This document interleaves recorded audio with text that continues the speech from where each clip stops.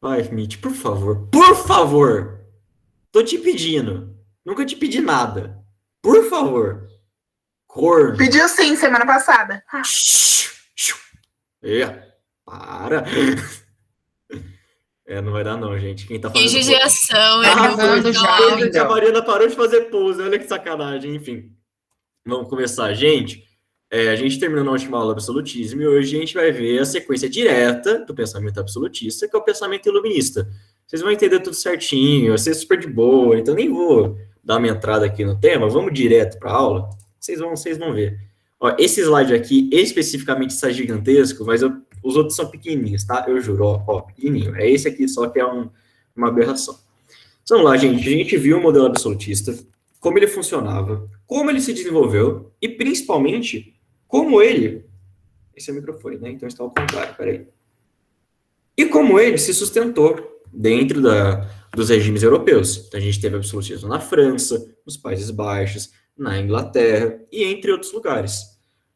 Com o tempo, esse tipo de regime, esse tipo de governo entra em crise. Na chamada, olha só, o nome é um pouco exemplificativo, crise do absolutismo.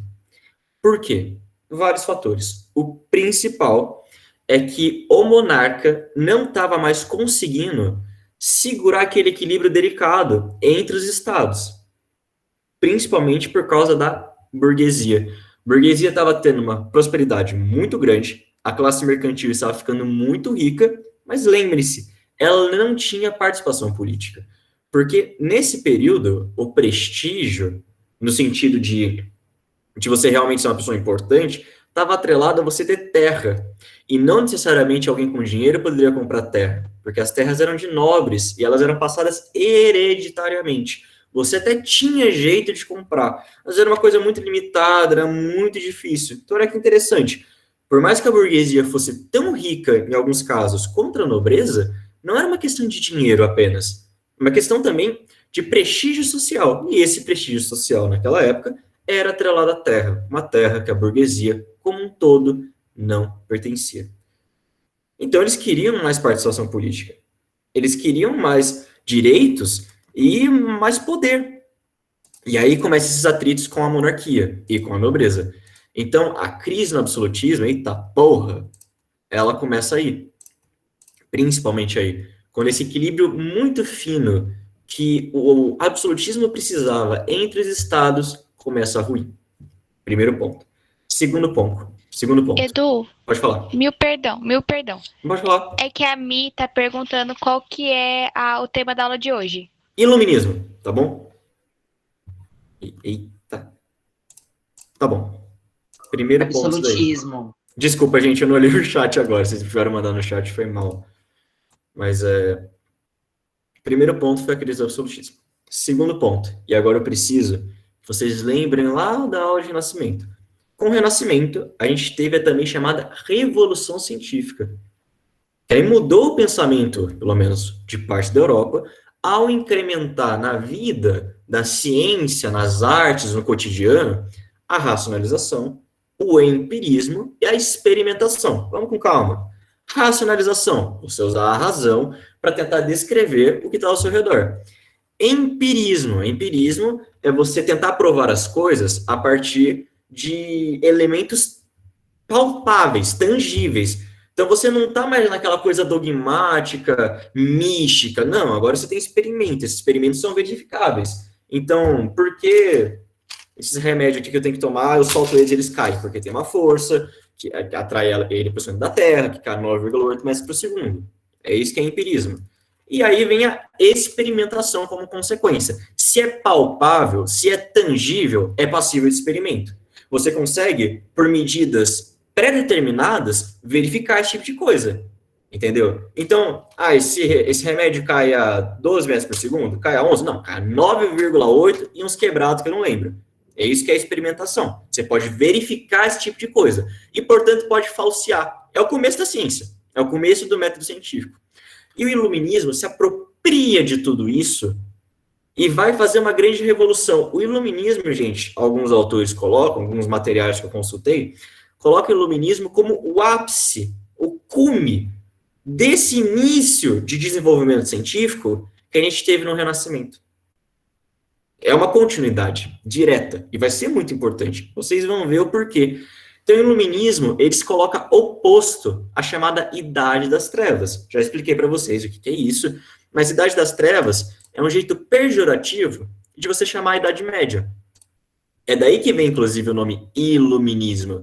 Eles falavam, a gente vai resgatar aquele classicismo, aquela antiguidade clássica de Roma e Grécia, que eles tinham as matemáticas, as ciências bem desenvolvidas, em oposição a toda a Idade Média, em que isso não se desenvolveu. Nós vamos trazer a luz, iluminismo, em oposição às trevas da Idade Média. Obviamente, Idade das Trevas é um termo pejorativo, incompleto, e que não é correto de ser usado, mas é assim que os iluministas chamavam aquele período. Vocês podem sintetizar esse sentimento em uma frase que descreve muito bem o iluminismo, que é atreva-se a conhecer. Atreva-se a conhecer.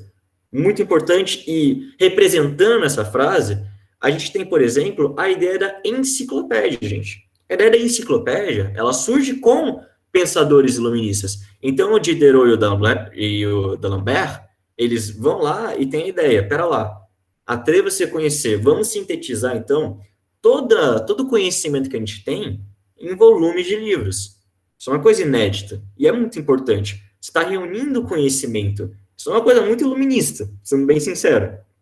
Então, resumindo muito, iluministas agora, como um todo, vão se opor aos governos tirânicos, despóticos que estavam dominando a Europa e vão afastar as trevas do pensamento medieval com as luzes da razão. Olha que frase linda que eu coloquei para vocês. Eu acho que é bem explicativo. Então, eles vão pegar o foco na razão e vão usar ela para explicar os fenômenos que estão cercando eles. Não só fenômenos físicos, químicos, matemáticos, esse tipo de coisa, mas também os sociais. Vocês vão ver, isso talvez esteja um pouco abstrato para vocês agora, mas quando a gente for ver o John Locke, vocês vão entender direitinho. Querem um exemplo de como eles usavam essa razão, esse empirismo, para tentar enxergar o mundo ao redor? Eles eram deístas. Deístas, que é a crença que Deus está na natureza, portanto, dentro do próprio humano, dentro do próprio indivíduo, porque o indivíduo faz parte da natureza, e ele pode ser descoberto a partir da razão. É isso que eles acreditavam. Olha que pica. Alguma dúvida, gente? Eu sei que normalmente é de um slide, mas aqui é meio complexo. Tá tudo beleza? Posso falar uma coisa? Uai, pode? Primeiro, eu acho que eu te amo, porque você falou dos deístas, e é algo que está bem relacionado com o Arthur, que falou nessa aula, na última aula. Eu gostei tudo muito. tudo planejado aqui, ó. Tudo, nem foi na cagada. E uma outra coisa que eu ia te perguntar é esse negócio da burguesia. Eu entendi sim que eles queriam prestígio, mas, por exemplo, e que o prestígio estava na terra que eles não tinham. Mas eles poderiam comprar, vai começar a ter uma hora que eles vão conseguir comprar essa terra para conseguir prestígio? Ou não? Consegue sim. Olha só, é que a possessão de terras era muito diferente naquela época do que é hoje em dia. Tinha jeito de comprar terra, mas era muito restrito, muito caro, muito específico, e tinha 1 trilhão de processos envolvidos. Quando comprar terra fica fácil, nem sei, nem precisa decorar isso, viu? Só tô falando de curiosidade. Código Napoleônico. O Napoleão lança aquele negócio, que ele estabelece a herança. Então agora, como é que era antigamente? O filho mais velho de um nobre herdava toda a terra do pai. Com a herança, não. Você divide igualmente entre os filhos, reparte em 3. Agora, aquela terrona, ao invés de ter um dono só, tem 3. Fica mais fácil de vender, fica mais fragmentado. Vocês estão entendendo como é que funciona? Era assim que funcionava. Beleza? Muito obrigado. E uma outra coisa que eu queria te perguntar é sobre qual que é a diferença em empirismo e experimentação? Eu não entendi muito bem. É a mesma coisa, né? Cara, mais ou menos. É tipo assim, pelo menos eu entendo que não. Do empirismo deriva a experimentação. Tipo assim, conhecimento empírico é um conhecimento que, tipo assim, você pode perceber, ele é pautável, você pode olhar ele com a concretude. E daí vem a experimentação, tipo assim, é um braço do empirismo, tá bom? Então, esse conhecimento, ele é pautado na concretude, então vamos experimentar ele. Tipo, vamos tentar descobrir ele de algum jeito, a partir de experiência. Entendeu? Beleza. Muito obrigado, meu pão de ló. Se estiver falando merda, pão de ló é foda, hein? Se eu estiver falando merda, gente, me fala aí, de verdade. Mas eu aprendi que é diferente. Não sei se de fato é. Se vocês acharem que Não, porque você explicou e aí eu fiquei, ué, é a mesma coisa, não é? Aí não, entendi. Sei lá. Agora eu fiquei com medo. Pergunta pro Arthur para confirmar. Sei lá. Gente, agora a nossa aula vai parecer muito mais de filosofia do que de história, mas é importante vocês saberem como o absolutismo teve seus teóricos, o iluminismo também vai ter seus principais nomes. E principais, viu, gente? Porque não dá para falar de todos. Ó, dois que já foram, Diderot e D'Alembert, tá bom? E agora a gente vai ver outros que vocês com certeza já ouviram falar, que são importantes. Vamos começar com o John Locke. Lembra que eu disse para vocês que vocês iam entender essa parte aqui com o John Locke? Então, vamos ler. Foco na razão e o uso dela para explicar os fenômenos, tanto da natureza quanto do mundo, tipo, da parte social. John Locke vai levar isso até a última consequência. Eita porra, desculpa. Ele vai acreditar... Nossa, que feio. Peraí. Desculpa. Pronto. Ele vai... Onde é que tá essa porra? Ah! Aqui. Ele vai defender uma coisa chamada jus naturalis. Jus ou ius, que do latim é literalmente direito, natural. Direito natural. Jus naturalismo. Franciscanos e franciscanas aí do futuro do pretérito vão estudar muito isso na faculdade. O que ele acreditava? Ele acreditava que você podia olhar para a natureza e extrair o direito. Vocês estão entendendo? Eu vou chegar lá. Olha só. É a gente que criou a física? Não. Definitivamente não. A gente pode argumentar que a gente criou a matemática, que é uma ferramenta que explica a física. Mas a gente não inventou a gravidade. A gente não inventou as reações químicas. Elas estão lá. A gente percebeu. O Locke vai falar que é exatamente a mesma coisa com o direito. O direito já existe. Ele só é percebido. É óbvio. Os códigos, as normas, esse tipo de coisa, é a gente que inventa. Mas ele vai falar que existem alguns direitos naturais que vêm da natureza, como vem a gravidade, como vem as reações químicas, como vem a eletrostática. Existem alguns direitos naturais, inalienáveis, e que são percebidos pela gente. Não é a gente que cria, eles já existem, eles estão postos lá. É a partir da lógica, do empirismo e da experimentação que a gente percebe esses direitos. Quais são esses direitos inalienáveis? Quais são esses jus naturalis? Vida, liberdade e, mais importante, propriedade privada. Guardem essa última parte, propriedade privada. Vida, você tem direito a viver, liberdade, você tem liberdade, e propriedade privada, você tem direito à propriedade privada. Olha só que exemplificador. E se você tem direito à propriedade privada, nenhum soberano pode ir lá e tirar ela de você. Nenhum soberano pode ir lá e falar, dá sua terra, que eu quero usar ela para X. É um direito inalienável de você. É um direito inalienável de você à propriedade. Vou repetir mais uma vez, caso não tenha ficado claro. É um direito inalienável do ser humano à propriedade. Bora continuar. O Locke também é contratualista. Lembra do Hobbes? Thomas Hobbes? Então, lembrando, eu vou escrever até no chat. Contratualistas acreditavam que a gente tinha um estado de natureza primitivo, sem organização social complexa, e aí a humanidade tem um contrato. A partir desse contrato, ela chega na sociedade civil, que é a sociedade que a gente está hoje. O Hobbes é o seguinte, estado de natureza era uma merda, uma guerra de todos contra todos, a gente tem um contrato em que cada um abdica da sua soberania e dá para o monarca, e aí o Estado civil é uma monarquia absolutista. Para o Locke, não. Para o Locke, o contrato não é as pessoas abdicarem da sua soberania.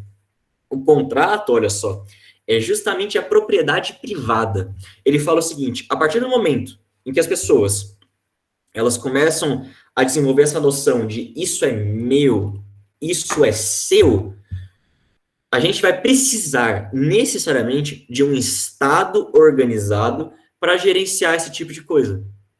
A gente vai precisar de um Estado para verificar se alguma injustiça está sendo feita. E, principalmente, a gente vai precisar de um Estado para garantir esses direitos naturais. Então, para o Locke, a passagem do estado de natureza para o estado civil, o contrato, é a propriedade privada. Mais uma vez, ela tendo foco aí. Portanto, gente, se se a função do Estado é garantir os direitos naturais, caso ele não consiga suportar esse tipo de coisa, ele pode ser deposto. Isso é muito inovador. Isso não existia até então. Então, o soberano poderia ser deposto caso não garantissem os direitos naturais. O Hobbes falava que você, caso o monarca, ele não te desse as mínimas condições de vida, você podia deixar de obedecer ele, mas nunca ser deposto. Então, Locke traz esse caráter revolucionário. E ele vai ser primordial, ele vai ser importantíssimo para frente. E ele, desde essa época, já falava da necessidade de dividir o poder entre um executivo e um legislativo. O Locke era parlamentarista, não teria como ser diferente, ele era inglês, ele participou da Câmara dos Comuns, por muito tempo foi parlamentar. Então, é isso. Locke. Vamos para outro, francês agora, Voltaire. Voltaire, que não é o nome dele, eu não lembro, o nome dele é Marie, alguma coisa, eu não lembro mais. Voltaire é um heterônimo? Acho que é esse o nome, né? Heterônimo é o que o Fernando Pessoa tem. É isso aí. O Voltaire, gente, é francês, vai escrever muito sobre um negocinho chamado despotismo esclarecido, que é um nome filha da puta de falar. Falar rápido esse negócio é foda. Despotismo. O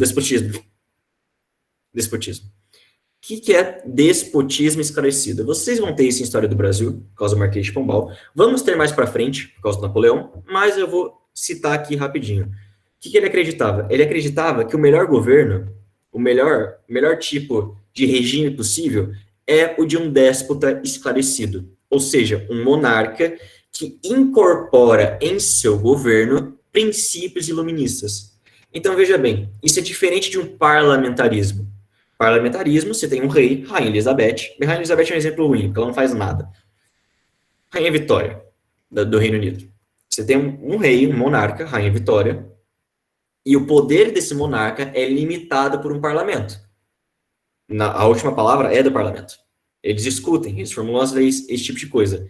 Percebam que o poder do rei é bem segurado. Para um déspota esclarecido, é quase, vejam bem o que eu estou falando, uma monarquia absolutista, no sentido que o rei tem muito poder, mas ele tem que respeitar os princípios iluministas. É aí que está a limitação dele, entendeu? Ele tem que seguir os princípios iluministas, e principalmente os direitos naturais. Ele tem que respeitar, ele tem que seguir. E o Voltaire, ele pega esses direitos naturais que o Locke escreveu e coloca um quarto, que é a liberdade de expressão. Sabe aquela frase, não concordo com uma palavra do que dissestes, mas defenderei, lá. Então, essa frase é atribuída ao Voltaire. Assim como Maquiavel, no Os Fins Justificam os Meios, ele nunca disse essa frase em vida. Só que os estudiosos, a partir da leitura das escritas do Voltaire, extraíram essa frase da filosofia dele. Então, essa frase sintetiza o pensamento do Voltaire. Não concordo com uma palavra do que dissestes, mas defenderei até a morte o direito de você dizê-lo.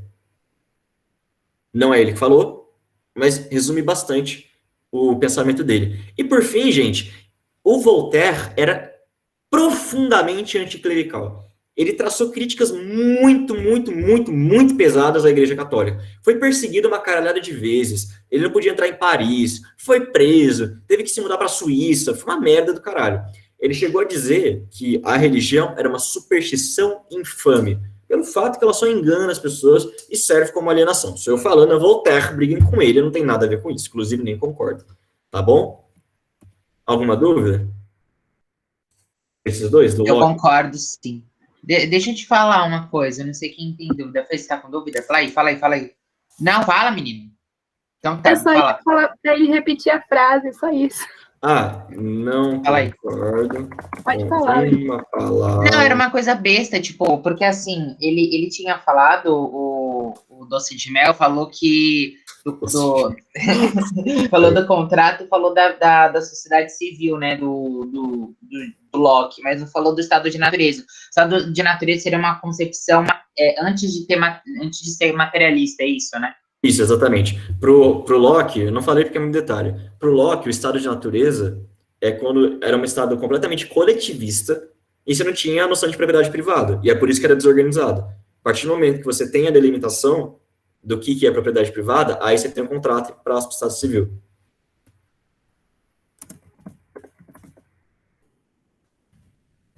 Não sei se a Beleza. concordância verbal tá certa, mas enfim, tá aí para vocês. Mais alguma dúvida, gente? Tá de boa? Tá bom. Essas aulas são de boa, no geral. Agora, gente, a gente tem o Barão de Montesquieu. E Montesquieu, gente, é uma região da França, tá? Tipo, não é o nome dele. Por isso que é Barão de Montesquieu, não é tipo o sobrenome. Ah, é o Kleber Montesquieu. Não. Não, é só a região que ele mora. Que ele era nobre. Barão, pô. Então. É bem curtinha a parte de Montesquieu, tá bom? Ele vai escrever, a obra principal dele chama Do Espírito das Leis, em que basicamente ele elogia bastante a monarquia inglesa. A gente não estudou ainda, é a próxima aula, eu acabei invertendo porque eu acho mais fácil de entender, mas a gente vai ver as revoluções inglesas. A Inglaterra é o primeiro país europeu a limitar o poder real, a limitar o poder absolutista, a partir de um parlamento. E o Montesquieu, ele respeita muito isso, ele acha muito interessante. E ele acredita que o parlamentarismo é a única maneira de respeitar as divisões do poder. Divisão dos poderes. Isso. É o único jeito de respeitar a divisão dos poderes, que ele repartia em 3 partes: executivo, legislativo e judiciário. Olha só, surgiu aí. Isso só seria possível para ele com o parlamento. Hoje em dia, a gente vê que ele está errado. Porque a gente é uma república e a gente tem 3 divisões. Gente, é só isso, na real, que vocês têm que saber dele. É porque, se eu colocasse só 2 tópicos, ia ficar muito feio. Aí eu enchi linguiça aqui, coloquei uma verdade incontestável para vocês, mas eu vou apagar essa parte para não confundir vocês. É só... Meu Deus, eu copiei essa parte. Vocês têm que saber. Obrigada, evitou que eu te xingasse. É só isso que vocês têm que saber, tá bom? Beijos. Legião Urbana é muito ruim. Mas Quem discordar, é tá verdade. errado. Eu não gosto de Legião Urbana. É isso aí. Isso aí. Quem gosta é porque não chama Eduardo, tem uma prima chamada Mônica, que é um inferno na Terra. Ô, Edu, Oi, pode falar. a divisão dos poderes dele, então, seria no parlamento. Isso, ele acreditava que o parlamento era o único regime que tinha capacidade de respeitar essa divisão. No fim, Se não ele poderia existir outro. Isso. Tipo assim, poderiam existir outros regimes, mas nenhum que segurasse tão bem essa divisão. No fim, ele estava errado, no final das contas. Mas isso ele não tinha como saber na época. Entendi, obrigada. Então era o único que tinha a responsabilidade de conseguir assegurar uma democracia, é isso? Não necessariamente uma democracia, só a divisão, a repartição dos 3 poderes, em executivo, legislativo e judiciário, é isso que ele falava. Beleza. Ele era inglês também, né, esse trouxa? Não, Montesquieu é francês. Tá. Beleza. Baron de Montesquieu. Já leva assim. Vamos lá. Último, mais importante, Rousseau. Jean-Jacques Rousseau. Esse homem, puta que pariu. Nossa senhora. Nossa senhora. Vocês que vão entrar, fazer direitos, vão encher o saco de tanto ler Rousseau. Rousseau também é contratualista. O último que a gente vai ver hoje. Então, ó, recapitulando. Hobbes, Locke, Rousseau. São os 3 que a gente vai ver. Tem mais? Tem. Exemplo, Marquês de Beccaria. Já disse para vocês na última aula. Não, tipo, o que ele falava, mas ele também é contratualista. Mas é o que a gente vai ver. Vamos lá. O Rousseau, ele vai partir de um ponto exatamente ao contrário do que o Hobbes falava. O que o Hobbes falava? O homem é mau por natureza, portanto, o estado de natureza é um estado de anomia social, de uma guerra de todos contra todos, generalizada, e é por isso que a gente tem um contrato, para que a sociedade consiga se organizar. O Rousseau, ele vai discordar do Hobbes em um ponto, e também do Locke em outro. Vocês vão ver agora. Para o Rousseau, o homem é bom por natureza. Ele tem a bondade, ele é, olha que bonito, ele é bondoso. De onde ele tira isso? De um negocinho chamado o mito do bom selvagem. Gente, isso daqui é o seguinte, olha quando o Rousseau viveu, olha só, nessa época a gente já tinha tido as grandes navegações. Então, Portugal já chegou no Brasil, Espanha já tinha chegado aqui na América Latina, e aí ele era um estudioso muito grande das sociedades aqui das Américas. E ele falava, essas sociedades não são belicosas. Primeiro ele falava, essas sociedades vivem no estado de natureza, por ainda não terem uma organização social complexa, e essas pessoas que estão lá, elas não têm guerra, elas vivem em harmonia, elas vivem em uma coletividade. Então, esse é o mito do bom selvagem. É achar que, primeiro, as sociedades daqui eram menos desenvolvidas que a Europa, e segundo, que, observando isso, chega-se à conclusão que o homem é bom. Bom, o Rousseau aparentemente nunca viu um Tupinambá, que fazia guerra o tempo todo e comia o cadáver dos rivais para absorver a energia deles, nunca viu um Inca, que tem um dos estados mais bem organizados de toda a América Latina, mais ricos, mais bem estruturados, nunca viu um Azteca, nunca viu um Maia, mas ele acreditava nisso, tá bom? E é daí que ele tira a essência de que o homem é bom por natureza. E aí, olha só como ele difere do Locke. Para ele, a propriedade privada corrompe o homem. A partir do momento que eu falo esse Kindle é meu, isso gera discrepância entre as pessoas, gera diferença, gera interesse, egoísmo, e a partir daí conflito. E a partir daí guerra. E aí ele acreditava que para a gente conviver bem em sociedade, todos nós, isso é parecido com Hobbes, mas vamos lá. A gente tem que organizar um Estado. E o poder desse Estado vem do próprio povo. A soberania desse Estado, ou seja, o poder dele, emana das pessoas, emana do coletivo. Artigo 1º ou 2º, agora eu não sei. Algum artigo aí do começo da Constituição Brasileira. O poder emana do povo. É isso que ele acreditava. E por causa disso, o único jeito de você respeitar essa soberania, respeitar esse contrato, o contrato vem daí para ele. Então, você tem um estado de natureza, o homem é bom, propriedade privada corrompe. Para contornar esse problema, a gente tem um contrato. O que é o contrato? Quando a gente organiza um estado, sendo que o poder desse estado vem diretamente do povo. A soberania emana do povo. Portanto, para ele, a única maneira de respeitar esse tipo de coisa é, primeiro, com uma democracia direta aos moldes de Atenas, então não é igual a gente tem hoje, que é democracia indireta. Nós temos representantes. Vocês votam as medidas legislativas do Brasil? Não votam. Quem vota são os deputados, são os senadores. Você vota nos deputados e nos senadores, portanto é indireto. O Rousseau falava que tinha que ser direto, igual em Atenas. Ágora, todo mundo levanta a mão para uma lei, esse tipo de coisa. E uma república. Tá bom? Lembrando que democracia e república, gente, não são sinônimos. Falei isso na aula de Roma. Alguma dúvida do Rousseau? Que é o mais longo de todos? Não, a gente tá te almejando seu Kindle. Ai, gente, é muito bom esse trem. Abaixa o Kindle, gente, pelo amor de Deus. Quem ia abaixar o Kindle? Viva a pirataria. Nossa, viva a uma pirataria. dúvida. Pode falar. Porque, assim, você disse, ele é contratualista? Ele é?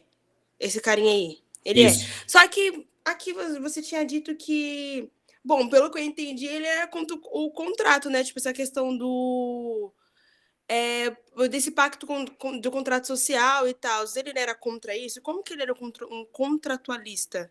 Não, ele era E o contra... contratualismo, ele tem essa espécie de pacto de contrato social, essas coisas. Não, ele não era contra... Desculpa, Não era te cortei de novo. Pode falar, desculpa, gente. Não, imagina. Era só isso? Não, ele não era contra. Ele acreditava que... tipo assim, olha só, estado de natureza, contrato e estado civil variam do Hobbes para o Locke e para o Rousseau. Pro Hobbes, de novo. Estado de natureza, anomia social, guerra de todos contra todos. Contrato, abdicação da soberania. Estado civil, monarquia absolutista. Locke. Estado de natureza, coletividade, todo mundo de boa. Contrato, propriedade privada, gera complexidade. Estado civil, parlamentarismo. Rousseau. Estado de natureza, o homem é bom por natureza. A propriedade corrompe, gera diferenças. Contrato, as pessoas formam um Estado, esse Estado é alicerçado na soberania popular. Estado civil, república democrática, direta. Entendeu? Tipo, é só diferente. O contrato dele é diferente. Tá bom? Ah, sim, entendi, tá bom. Beleza? Obrigada. Gente, falando desse negócio do Kindle, olha só, pirataria é muito errado. Então, vocês não entrem no site chamado Z-Library e procurem os livros que vocês querem lá. Vocês não entrem nesse site, não digitem os livros que vocês querem e procurem e baixem o PDF deles, porque isso é errado, tá bom? Não façam isso. Nem no Eu não Lemingos, vou mais gente. achar O Lemingos isso. não. O Lemingos Não não. vou. Ele Não pode, tem não pode, isso é EPUB, não tem crime. MOB, nem CPF, verdade. Eu vou Exatamente. até colocar ele em outra aba aqui pra eu lembrar para eu não Não adicionar façam isso. Não entrem no Facebook, no grupo da FUVEST, e procurem um drive com o material do Etapa, do Exagras. Não façam isso. É Eu não vou crime. mandar, eu não vou mandar o drive que eu tenho do Nunca, jamais. Não. O homem é bom por natureza, a sociedade que o corrompe. Exatamente. Então, vocês não entrem no Facebook, digitem FUVEST 2021/2022 e procurem lá na lupinha Drive, Material, Etapa. Não façam isso. Tá bom? Não façam isso. Não façam. Alguma dúvida, gente? Vamos lá, vamos continuar. E assim como o absolutismo também se manifestava na economia com o mercantilismo, vocês lembram de mercantilismo? Vamos ter que lembrar, porque agora é importante. O iluminismo também vai se manifestar na economia. Só que vão ter duas correntes diferentes. Os fisiocratas, que vão desenvolver na França, e o liberalismo, que vai se desenvolver na Inglaterra. Vamos um por um. É muito parecido. Fisiocracia, fisiocratas, essa vertente econômica, baseada no iluminismo, se desenvolve na França. Os principais autores da fisiocracia são o Quesnay e o Brunet, não sei se eu estou falando o nome dele certo, eu acho que eu estou. Esses autores, a fisiocracia, ela renegava o mercantilismo e a intervenção estatal na economia. Ou seja, elas eram contrárias ao absolutismo. Ela era contrária àquela interferência do monarca na economia. Então, para eles, não tinha que ter monopólio, não tinha que ter tarifa, não tinha que ter porra nenhuma. Você tinha que deixar a economia livre. E aí é que eu acho que o Quesnay, ele fala uma frase muito importante, que resume bem a fisiocracia, que é: deixem os homens fazerem, deixem as mercadorias passarem. Vocês talvez vejam essa frase em francês, porque é tipo um jargão economista. Então é laissez-faire, laissez-passer. Deixa eu escrever. O que ele quer dizer com isso? Laissez-faire. Não precisa expor que você sabe. Não, é porque realmente cai, tio. É porque realmente aparece às vezes. Juro por Deus. Juro. Eu não queria trazer. Não gosto de colocar coisa em língua estrangeira, mas às vezes aparece. Juro mesmo. O que ela quer dizer? O que eles falavam? Ó, deixe os homens fazerem, no sentido que, tio, não regulamenta o trabalho deles, deixa eles trabalhar, deixa eles criar, deixa eles fazer o que eles querem. E, principalmente, deixa a porra das mercadorias passarem. Então, sem taxa, sem monopólio, sem porra nenhuma, deixa o mercado livre e pronto. É isso que eles diziam. Eram contra o mercantilismo nesse sentido, contra a intervenção estatal na economia. Para os fisiocratas, a riqueza vinha da terra, e unicamente da terra. A única coisa que podia criar riqueza, era a terra. Por isso que eu coloquei essa imagenzinha aqui para vocês, que é as moedinhas. Que é as moedinhas criando a árvorezinha, entendeu? A riqueza vem da terra, olha que lindo, olha que inteligente. Para eles, o comércio distribui riqueza, e a indústria transforma a riqueza. Mas a riqueza só surge da terra. Vocês entenderam, gente? Vou parar, porque quando vai economia, normalmente é um bagulho bem abstrato. Vocês entenderam? Pera, o quê? Volta, por favor. Poliglota, irmão, pelo amor de Deus, mas Lemar fala português, fala tudo errado. Às vezes, quando eu mando material pra vocês, eu fico com medo de dar algum erro de digitação, Deus me livre. Tá certo? Vocês entenderam? Eu falei pra você que eu não entendi, você pode voltar, O por que foi, favor? Léo? O que você vai falar? Fala pra mim, vai. Eu vi que você desbotou. ia falar que eu não tinha Nossa, você tá mudo entendido. pra mim. Eu mutei. Gente, eu botei sem querer aqui. Fala de novo. Você tá me ouvindo? Agora eu tô. Eu não sei o que aconteceu. Eu tô falando que eu queria que você repetisse, por favor, aquilo que você falou. Você falou muito rápido, por favor, meu santo. Não, mas qual parte? Oi? Qual parte? Que era da riqueza, vem da terra. Eu não entendi. Na verdade, eu não entendi muito bem o que eles queriam. Tudo que saía da terra era para ser vendido, o resto não. Não é só questão de ser vendido. Eles falavam que a riqueza vem da terra. Vamos lá. O metal que você vai usar na indústria vem de onde? O metal vem do aço, né? Não. Vamos supor. Mas o aço, você extrai ele aonde? Ele tá no ar? Ele tá aqui? Não. Ele vem de onde? Ele vem dos elementos químicos. Tá, e onde estão essas flores dos elementos? A gente vai continuar nessa? Terra! Isso, no subsolo. A comida que tu come vem de onde? Isso daí é relativo, né? Aquele da terra. Exatamente. Então eles falavam que a riqueza, ela vem da terra, ela é criada pela terra. Aí você pega esse metal que veio da terra e transforma ele num produto. É porque você falou transforma. muito rápido, meu santo. Desculpa. Aí ele fala, então, a indústria transforma a riqueza. E o comércio distribui riqueza. Mas quem cria riqueza é só a terra. Entendeu? Ah, tá. Entendi. Beleza. Mas a terra, né? É que gera a riqueza. Isso. Bora lá. Muito obrigado, Gente, essa aula vai ser muito curtinha, eu tô tão feliz. Eu tô emocionado aqui, eu vou chorar. Por fim, liberalismo. Ó, de novo. Tanto fisiocracia quanto liberalismo são vertentes econômicas que foram influenciadas pelo iluminismo. E, no geral, vocês vão ver que eles são muito parecidos. Vamos lá. Liberalismo se desenvolve na Inglaterra, tendo como principal autor o Adam Smith. Adam Smith. Olha que merda. Adam Smith, tá bom? Foda-se. Que ele escreve um livro chamado A Riqueza das Nações, que vocês com certeza ou já ouviram falar, ou já têm alguma ideia do que ele trata nesse livro. Ele é o principal autor liberal, tá? Ele é um dos caras que mais vai influenciar. O Locke também, só que o Locke nem parte tanto assim para essa parte econômica, ele é mais do pensamento filosófico e tal, o Adam Smith é mais econômico mesmo.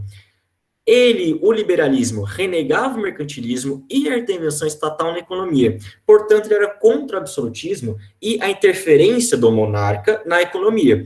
Aí vocês pensam, Edu, você é esquizofrênico, você colocou quase a mesma coisa aqui da fisiocracia. Ó, desenvolve na França, desenvolve na Inglaterra. Quesnay e Gournay, principais autores. Adam Smith, principal autor. Ô, porra, renegava o mercantilismo e lá. Mesma coisa aqui. Pois é, por isso que eu falei, eles são muito parecidos. Por terem sido inspirados pelo iluminismo, a base deles, tanto da fisiocracia quanto do liberalismo, é muito parecida. Os dois renegavam a interferência do Estado na economia e queriam uma economia livre. Qual que é o grande diferencial? Para a fisiocracia, a riqueza vinha da terra. Para o liberalismo, pelo trabalho. Então, para eles, o trabalho gerava riqueza e, portanto, ele deveria ser livre, não deveria ser regulamentado, tá bom? Essa é a diferença. Então, de novo, fisiocracia, a riqueza vem da terra. Liberalismo, a riqueza é criada pelo trabalho das pessoas. E aí é que vem também esses com certeza ouviram falar, que é um termo que o Adam Smith ele cunha, chamado a mão invisível do mercado. O que ele quer dizer? Ele quer dizer que o mercado se autorregula. Vai, quem que eu vou usar de exemplo? Não vou usar o Leandro, porque o Leandro tá muito saideiro hoje. Helena, você pode ligar o microfone? Me sai. Liga aí, fazendo um favor. Vamos lá. Digamos o seguinte. Eu sou um vendedor. E a Fernanda também é uma vendedora. Eu te ofereço um prato por R$10. E ela te oferece por 5. Quem que você vai comprar? Meu prato. Compra da Fernanda, ela é mais legal. Mesma Comprar da qualidade. Fernanda, né? Porque, assim, Obviamente, porque só a América camponesa. é mais barato. Só um macaco compraria de mim. Entendeu? Não faz sentido isso. O que ele quer? Que o Adam Smith quer dizer com isso? Ele quer dizer que o mercado por si só se autorregula. Então não vai ter criação de monopólio, porque as pessoas vão estar sempre em um estado de competição por um preço mais barato, por um produto melhor, porque elas querem vender suas coisas. Então, o próprio mercado, a mão invisível do mercado, regula ele. Ele se autorregula. Então, a partir da competição dos mercadores, dos industriais, o mercado, ele se regula ao máximo. Você não precisa de taxa, você não precisa de monarca com monopólio, porque o mercado já faz isso por si só. E é melhor que ele se regule sozinho. É isso que o Adam Smith fala, entendeu? Vocês entenderam, gente, essa parte? Tá tudo ok? Edu, Pode falar. eu não entendi quando você fala que o trabalho ele não deveria ser regulamentado. Tipo, o que você quer dizer com isso? Quero dizer que não tem que ter alguém enchendo teu saco falando, porque esse daí que você tem que produzir, 20% tem que ir pro Estado. Você não pode fazer isso, você não pode fazer aquilo. Então fundir ferro desse jeito, isso não é competitivo. Você não pode fundir. Quer um exemplo, gente? Não é que sou a favor disso, pelo amor de Deus. Mas tem um órgão regulamentador no Brasil que, tipo assim, ele analisa se fusão de empresas é bom ou não. Porque às vezes as empresas se fundem, elas ficam com, tipo, 90% do mercado. Um negócio assim. E aí esse órgão vai analisar se isso é bom ou ruim para o consumidor. Entendeu? O que o Adam Smith falava? Tem que olhar porra nenhuma. Se a empresa quiser se fundir, ela funde. Se o cara quiser fazer tal técnica para o trabalho, ele faz. Você não tem que regulamentar o trabalho. Ele tem que ser livre. Porque o próprio mercado se regulamenta. Não tem que ter Estado falando o que tem que fazer e o que não tem que fazer. Entendeu? Sim. E quando você fala do monopólio, ele quer dizer do monopólio de poder do Estado, né? Não é quer dizer do monopólio do mercado. Até do monopólio do mercado também, porque lembra que o absolutismo, ele tinha a capacidade de gerar monopólio, de criar monopólios. Então ele vai falar, não tem que ter monopólio porra nenhuma. Todo mundo tem que ser livre para fazer o que quiser. E o mercado que vai decidir, vai regular quem que vai vender mais, quem que vai vender menos. Entendeu? Sim, mas o próprio mercado não gera um monopólio? Não necessariamente, pro Adam Smith não, porque ele fala que a competição é tão intensa, que você não tem jeito de criar um monopólio naturalmente, entendeu? É só se alguém for lá e intervir, falar, olha, isso aqui, essa vai ser a única empresa que vai produzir X produto. Para ele, se você deixar o mercado correr, não vai ter monopólio nunca, porque as pessoas sempre vão buscar ser melhores que as outras para vender seu próprio produto, entendeu? Entendi, sim. Obrigada, Edu. Não quer dizer que é assim na prática, gente. Quer dizer que ele acreditava nisso, tá bom? Essa liberdade aí, ela é só no campo econômico só? Ou era só na questão econômica ou era em geral também? Então, Tipo, político, sei lá, religioso, tudo? é aí que vem o iluminismo como um todo. Essa parte mercantilismo e liberalismo é o iluminismo incidindo na economia. Mas quando o Locke fala de jus naturalis, é liberdade política. Quando Voltaire critica a religião, é laicidade do Estado. Então o iluminismo ele abrange tudo isso. E a fisiocracia e o liberalismo são uma das facetas do iluminismo que calharam de se projetar na economia. Mas para uma economia liberal existir, tem que ter liberalismo no campo político, tem que ter liberalismo no campo religioso, entendeu? Entendi. Obrigada. Gente, fazer exercício rapidinho, tá bom? Vou abrir aqui a apostila para vocês. Oh my God. E a gente vai fazer. Primeiro a gente vai fazer do iluminismo, que eu acho mais importante. Vocês vão ver meu login, foda-se. Por favor, não mandem trava zap pro meu e-mail. Eu vou entrar. Caderno digital. É do... Gente, vocês têm acesso, ó. @usp.com. Já errou, graças a Deus. Capa 3. Ó, vou parar de transmitir por enquanto, gente. Vai, inferno. Ah, eu tava vendo aqui as aulinhas. Ó, página. É isso aqui? Não, isso aqui é... Ô, É da caralho. apostila 3, né? Não, é na apostila 3, tô vendo a página. Ó, página 305, gente. Fazendo um favor. Eita, o que eu fiz? Bom, página 305. Só aumenta, meu santo, pra gente dar... Não, eu vou aumentar. Peraí que eu vou parar de transmitir só um segundinho. Não, tudo bem. Daqui a pouco eu volto. Fica Ó, com página Deus. 305, façam aí, tá bom? Rapidex no triplex. Se alguém tiver dúvida, mandem no chat. Tá. Eu pensava que você ia apresentar. Ok, peraí. Não, Eu também peraí. tava esperando. Desculpa, gente. Daqui a pouco eu apresento, peraí. Se quiser, eu posso apresentar. Vou tentar. É que eu tenho que abrir do lado o gabarito, entendeu? Então vocês não vão ver o gabarito por enquanto. Aí eu vou abrir o gabarito, vou deixar ele do Entendi. lado para depois corrigir. Você vai ver primeiro, entendi. Exatamente. Você acha que eu sou burro? Oxe. Só deixa eu entrar, então, aqui, gente. Um minutinho. É difícil. Como a vida é difícil, né? Pessoas que estão vendo gravada, vocês já têm acesso, né? Entrem no celular, é muito mais fácil. Cadê essa porra? Acho que eu achei. Obrigada, Leandro. Eu não tinha me tocado que eu tinha um celular. Entrem no celular. É porque o meu celular tá desligado. Pra eu ligar o celular, vai ser uma demora.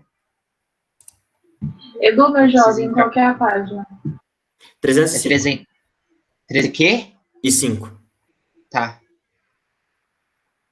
É o capa... Puta que pariu. Ó, a gente vai fazer... Gente, façam a 2 a Unicamp, tá? Primeiro. Faz os dois, foda-se, ó. Daqui Ai, eu não 3 minutos eu acredito corrijo. Daqui 3 que minutos ele eu corrijo. coisou. Ai, como eu odeio a tecnologia. Como eu odeio. O que eu fiz? Não, fui eu que apertei aqui errado. Você tá apresentando já? Não, né? Não, agora eu vou. Tá, só deixa eu entrar então aqui. Acho que não vai dar tempo de fazer... Acho que vai dar tempo de fazer absolutismo hoje não, mas enfim. É 305? Isso. Gente, façam a 2 a Unicamp, A 2, tá. desse daqui, e o...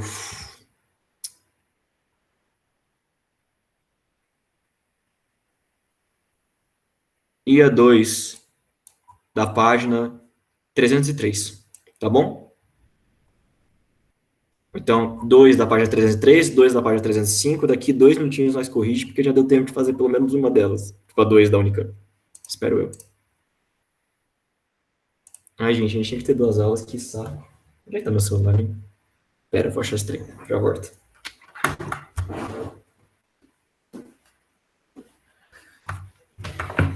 Tava no meu bolso, burro.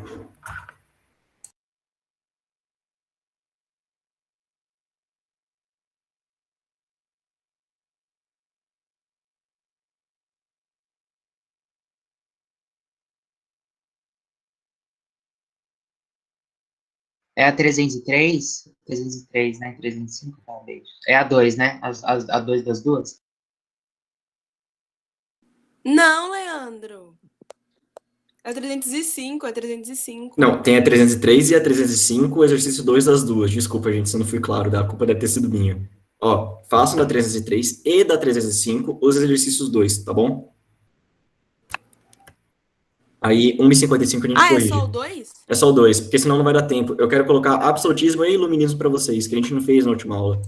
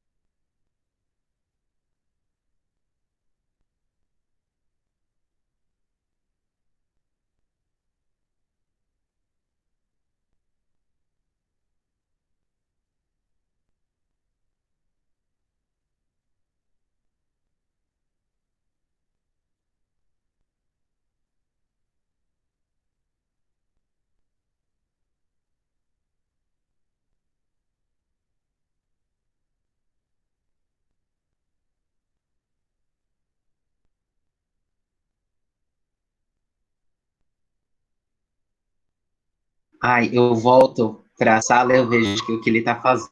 Olha, cara de pau. Não tem nada pra Eu vou colocar fazer. que ele é ruim. Eu vou colocar que ele é... Coloca assim, time Você Red ou time olha. View. Na verdade, coloca time História. Eu acho. Yasmin, pode falar. Professor, eu não sabia que você tinha cabelo grande. Não, é grande? Não sei. Não, é pequeno. Parece o carinha do seu slide. Ah, Aqui de você tá vendo a frente aula do ano parece o passado. O Montesquieu. Eu pareço muito Montesquieu, né? Ó. Esse ano. Você parece muito Montesquieu, mas você é mais bonito. Você é mais bonito. Muito igual. Gente, socorro. Eu fui Gente. grifar um negócio aqui na apostila aqui digital, ficou tudo branco. Poxa, aperta Ctrl Z se você estiver no computador. Aperta o outro botão. Sério, eu não tô brincando. Aperta o outro botão do mouse, porque aí você consegue retirar o que você fez. Ou recarrega a página. Aonde? É, o recarrega a página, é isso. Lá É em mais cima. fácil recarregar. Ó, no girinho aqui. Se eu quer recarregar, sai do Meet. Então, Nossa, Leandro, você fez o recarregar, saiu tudo. Deus te abençoe, tá bom? Desculpa, sério. Eu não pensei. Putz, cara, desculpa. é tudo Sério. tecnoburro, irmão. Eu sou muito tecnoburro, cara. Desculpa. Não, mas real, eu recarrego por causa que dá muito problema. Desculpa. Não. Onde que você colocou? Que era. Você tem que ir pro inferno agora, cara. Olha, você viu o que você fez. Tá falando comigo? Não, tá falando comigo. Você tem que ir pro inferno, já vai começar. Eu vou lá abrir essa Gente, bugou gaveta. tudo. Ai, tem a borracha aqui, eu não sabia. Calma, gente. Eu então. vou transmitir Meu aqui. Muito obrigada a todos que me ajudaram. Abrir essa capeta, eu vou falar, e aí? Aí ele Gente, vai eu podia ter perguntar transmitido você. só uma tela, né? Eu sou burro. Eu podia ter transmitido uma tela, aí eu abri a outra, vi o gabarito. É, burro, hein? Então, Burrão. É Pensando sobre algo- isso, né? Porque você me Depois você odeia. chama o Leandro de tecnoburro, professor. O que é isso? Não, mas eu também sou. Mas a questão é que eu admito. Eu entendo minhas limitações aqui, entendeu? Eu tenho que te ajudar, eu tenho que te ajudar. Vou fazer isso, por mais que eu saiba gabarito de cabeça agora, foda-se. Ih, rapaz, eu acho que eu vou acertar, hein? Ó. Ai, meu Deus. Boa, moleque, acertei a aba de primeira. Gente, vamos lá. Página 303, exercício 2, sobre o absolutismo que eu fiquei devendo para vocês da última aula. Tá. Enem. Não sei que ano. O príncipe. Quem que é o príncipe? Maquiavel. Então você já fica esperto. Provavelmente é do Maquiavel, como de fato é. O príncipe, portanto, não deve se incomodar com a reputação de cruel, se o seu propósito é manter o povo unido e leal. De fato, com uns poucos exemplos duros, poderá ser mais clemente do que outros que, por muita piedade, permitem os distúrbios que levam ao assassínio e ao roubo. Caso bem impactante aí do menino, né? Vamos lá. No século XVI, Maquiavel escreveu O Príncipe, reflexão sobre a monarquia e a função do governante. A manutenção da ordem social, segundo esse autor, baseava-se na, primeira, inércia de julgamento de crimes polêmicos. Gente, inércia. Cadê o grifinho? Inércia significa não fazer nada. Então, não fazer nada perante o julgamento de crimes polêmicos. Onde vocês lembram que eu disse isso para vocês sobre Maquiavel? Não. B. Bondade em relação ao comportamento de mercenários. Olha, Maquiavel falava que se fosse necessário, você poderia ser bom, se fosse interessante para você. Mas bondade em relação ao comportamento de mercenários é um bagulho muito específico. E outro, utilizando o texto. Em que momento isso aparece? Então, também, não. Compaixão quanto à condenação de transgressões religiosas. Também, gente, de novo, não tá no texto, não está escrito. O Maquiavel também falou que se fosse necessário, se fosse interessante, você deveria ter compaixão. Não está escrito, não é isso que quer dizer. E principalmente, em relação à manutenção da ordem social. Não tem nada a ver isso daqui. Neutralidade diante da condenação dos servos. Neutralidade, novamente, quer dizer inação. Não é isso que ele está dizendo. Vamos voltar. Agora você sabe qual que é a correta. Vamos voltar para o texto, gente? Olha só. O príncipe não deve se incomodar com reputação de cruel. Por quê? Porque o propósito dele é manter o povo unido. E se o propósito dele é manter o povo unido, é muito melhor você ter uns poucos exemplos duros e conseguir segurar esse povo do que outros casos em que, por muita piedade, outros monarcas permitiram os distúrbios que levaram ao assassínio e ao roubo. Assassínio e roubo aqui, gente, no sentido de Estado, não só necessariamente de assassinato, de roubo de fato, tá bom? Então, você vê que ele tem que transitar entre a conveniência entre o poder tirânico e a moral do próprio príncipe. O Maquiavel, a tentativa correta, portanto, é aí. Maquiavel falava que não necessariamente você tinha que ser imoral. O Maquiavel não é imoral, ele é amoral. Para ele, a moral não importa. Você tem que usar ela quando for conveniente e, se necessário, não usar ela. Se você tiver que ser cruel, você vai ser cruel. Se for interessante ser bondoso, seja bondoso. Alguma dúvida? De boa. Beleza, vamos correndo que eu tenho que entrar no trabalho. 2 da E. Unicamp, Unicamp, não sei o ano, Iluminismo agora. Do Jean-Jacques Rousseau. O homem nasce livre e por toda parte encontra-se ferros. O que se crê, senhor dos demais, não deixa de ser mais escravos do que eles. Frase foda, hein? Puta que pariu. A ordem social, porém, é um direito sagrado que serve de base a todos os outros. Haverá sempre uma grande diferença entre subjugar uma multidão e reger uma sociedade. Sejam homens isolados, quanto possam ser submetidos sucessivamente a um só, e não vereis nisso senão o senhor de escravos, de modo algum considerando-se um povo e seu chefe. Trata-se, caso se queira, de uma agregação, mas não de uma associação. Nela, não existe bem público nem corpo político. Aí você pensa, puta que pariu, eu sou um macaco, nunca fui alfabetizado, o que eu acabei de ler, não entendi porra nenhuma. Mas vamos com calma, que pelos preceitos do Rousseau, dá pra matar esse negócio. do contrato social, publicado em 1762, sobre do contrato social e o seu autor Rousseau, é correto afirmar que, vamos lá, então vocês podem usar o texto como base, mas vocês terem o conhecimento do que o Rousseau pegava na cabeça já ajuda, vamos correndo. Rousseau, um dos grandes autores do iluminismo, de fato, defendia a necessidade do Estado francês substituir os impostos por contratos comerciais com cidadãos. Gente, onde que eu dei isso de vocês, Rousseau? Não, não é. B. Sua obra inspirou os ideais da Revolução Francesa, ao explicar o nascimento da sociedade pelo contrato social e pregar a soberania do povo. Interessante. É boa. Vamos olhar as outras. C. Rousseau defendia a necessidade de o homem voltar a seu estado natural, para assim garantir a sobrevivência da sociedade? Não, gente. Acreditava como era bom por natureza, que as sociedades primitivas eram coletivistas, não tinha patifaria igual tem hoje em dia, mas ele em nenhum momento defendia a volta para o estado de natureza. Isso aqui está erradíssimo. O livro do contrato social, inspirados pelos acontecimentos da independência americana, chegou a ser proibido e queimado em solo francês. Vamos lá. O contrato social, 1762. Independência dos Estados Unidos, eu adianto para vocês, 1774. E também, proibido e queimado em solo francês, pô, gente, depois de um tempo teve a Revolução Francesa. Então, a igreja perde muito poder, você tem um Estado mais laicizado, esse tipo de coisa. Alternativa correta, A, B. Inspirou a Revolução Francesa? Pra caralho. Explica o nascimento da sociedade pelo contrato, de fato, Estado de natureza, contrato social, Estado civil, e prega a soberania do povo. Para ele, o contrato é justamente quando você forma um Estado, e esse Estado é alicerçado na emanação da soberania popular. Então, a alternativa correta é essa daí. Gente, só passando para vocês, que não vai dar tempo de olhar, mas caso vocês tenham interesse, peraí, que eu já tô acabando, não sei se outro professor tá aqui, se tiver, desculpa, cara, eu já tô acabando aqui, é rapidinho. Eu vou botar, ó, A1 da página 303 é E, então 1E, e a 1 da página 305 é C. Então, 303, 1E, 305, 1C, tá? Para quem quiser fazer aí. Gente, parar de gravar. Beijão para vocês.